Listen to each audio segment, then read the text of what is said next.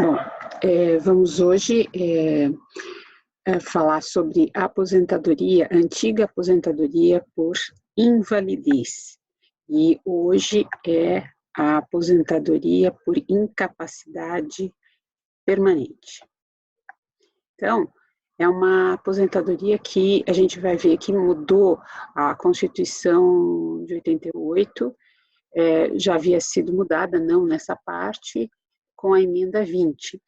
Mas, com a emenda 103, a gente vai ver que o constituinte reformador, ele vem e altera essa aposentadoria, né? Então, o que a gente tem aqui agora? Dá para ver. Então, a contingência aqui é a invalidez. Então, como eu falei, a Constituição de 88 traz essa matéria no artigo 201, inciso 1, e a gente vai ver que houve uma alteração de nomenclatura até de disposição das contingências, né? A lei é a nossa velha conhecida 8.213, artigos 42 a 47. Aconselho que agora os senhores leiam em consonância com a emenda 103. Por quê? Porque a gente vai ver que no tocante à parte de cálculo, foi alterada, a nomenclatura a gente já está vendo que foi alterada, até que venha outra lei, e aí a gente tem que ver a previsão constitucional, e em muitas matérias há uma alteração entre lei ordinária, passa para a lei complementar. O decreto, em vários aspectos, com certeza vão ser alterados com essa alteração da emenda, né? E nós aqui temos os tipos, como eles são conhecidos e como a gente tem que se familiarizar com a nomenclatura que é dada pelo INSS. B32, para aposentadoria por incapacidade permanente, antiga aposentadoria por invalidez previdenciária. E aqui a gente tem que ver uma distinção entre aposentadoria por invalidez previdenciária, atual aposentadoria por incapacidade permanente previdenciária, com certeza, que é a B32, e a B92, a aposentadoria por incapacidade permanente por acidente do trabalho. Tá? A gente vai ter aqui já algumas diferenças, né? A previdenciária, competência, vamos lá com a nossa competência da Justiça Federal ou competência delegada da Justiça Comum Estadual. Então, muita coisa para a gente observar, tá? O que a gente tinha na Constituição anterior à emenda? Artigo 201, a Previdência Social será organizada sob a forma de regime geral, que a gente já sabe, regime geral em contraposição ou diferenciado do regime próprio dos servidores, caráter contributivo e de filiação obrigatória, né?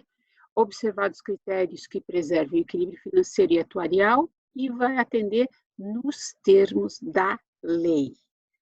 A. Cobertura dos eventos de doença, invalidez, morte e idade avançada. Como que está a Constituição hoje, agora, após a emenda? Ela mantém o caput do artigo 201, mas ela altera o inciso 1º. Cobertura dos eventos de incapacidade temporária ou permanente para o trabalho, idade avançada. Então, ela já que demonstra que nós não vamos ter mais a denominação ou a preocupação com morte e idade avançada. Agora a nomenclatura a idade avançada, aliás, mantém-se, mas a morte não se fala. Isso dá margem para algo que os senhores já devem observar em termos de lei infraconstitucional, né? Quando eu falo lei em lato sensu, pode ser lei complementar ou lei ordinária. Então, cobertura dos eventos de incapacidade temporária, que seria o nosso antigo auxílio-doença, ou permanente, para o trabalho e idade avançada. Bom, aí nós já entramos na nossa matéria, que é a incapacidade, aposentadoria por incapacidade permanente. Conceito é aquele que ela é devida ao segurado, que estando ou não em gozo de auxílio-doença. Ora, se poderia pensar que para obter a aposentadoria por incapacidade permanente, anteriormente seria necessário estar em gozo de auxílio-doença. O próprio legislador fala não. Em muitas situações, o que aparece, não existe uma previsão médica de que há possibilidade de cura daquela incapacidade ou daquela doença. E aí a gente vai ter que diferenciar daqui a pouco tudo isso, né? Essa incapacidade, ela pode se dar por um problema de doença ou por um problema que não seja necessariamente doença. Por isso, a alteração dessa nomenclatura, que ela dava um entendimento equivocado, né? Então, a aposentadoria por incapacidade permanente, ela é devida ao segurado que, estando ou não em gozo de auxílio-doença, for considerado incapaz para o trabalho. Então, vejam, aqui ele é incapaz, ele é insuscetível de reabilitação, porque se ele tiver a possibilidade de ser reabilitado, ele pode, no período que ele estiver se reabilitando, estar recebendo o antigo auxílio doença e, posteriormente, retornar ao trabalho. Aqui existe uma previsão que, naquele momento, a medicina não tem mais o que fazer e não tem mais condições de trabalho. Então, ele é incapaz para o trabalho, insuscetível de reabilitação para exercício de atividade que lhe garanta a subsistência. Então, essa aposentadoria é justamente para garantir a sua subsistência e vai ser pago enquanto permanecer nessa condição, porque, como a gente acabou de falar, a medicina naquele momento não vê uma recuperação, mas a medicina pode evoluir e nós poderemos ter uma evolução. A invalidez, então, definição legal, como a gente já pôde ver, é uma incapacidade total e impossibilidade de reabilitação, né, para o exercício de atividade que lhe garanta a subsistência.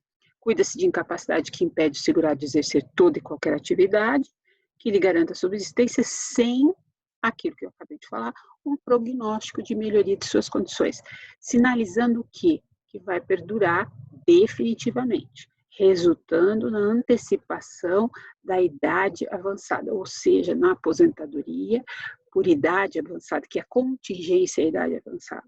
Por que aqui eu coloquei velhice? Porque anteriormente a Constituição, na sua origem, colocava a aposentadoria por velhice. Aí o legislador resolveu melhorar isso, porque nem sempre é velhice. É uma idade avançada, tá?